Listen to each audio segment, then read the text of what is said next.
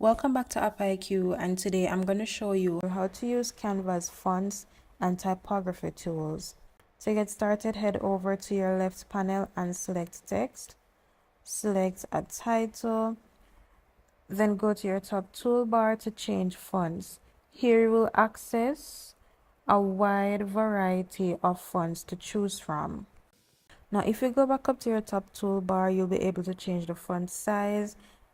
So you can use the minus to decrease and the plus to increase the font size. You can change the text color. You can choose between bold, italic, underline, or change capitalization.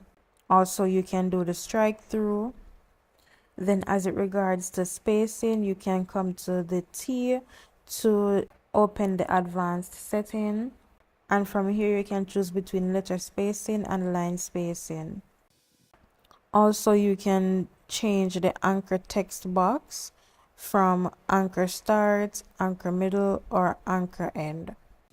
If you click on more settings, you'll go to some more advanced setting where you can change the text position, the typography, and the ligatures.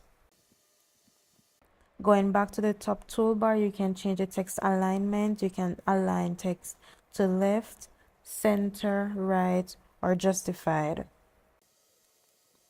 Canva even allows for font pairing. So in order to do this, let's duplicate this. Select the text box that you're working with and then head back up to the top toolbar, open font. And now let us focus on changing the font for this first one. I'm going to choose this one. Now when you go back up to the top, you will see recommended fonts. So therefore what this means is this text below, I can choose any one of these recommended fonts to pair with this one. Let's just increase the size of it. And then lastly, you can upload fonts, which is more of the pro feature. To see where you can upload fonts, select the text, go to fonts again, and below you will see upload a font. So this is where you would pull your fonts from a different font website and you can import it into Canva so that you can use in your designs. But that is it, guys. Very easy and very simple.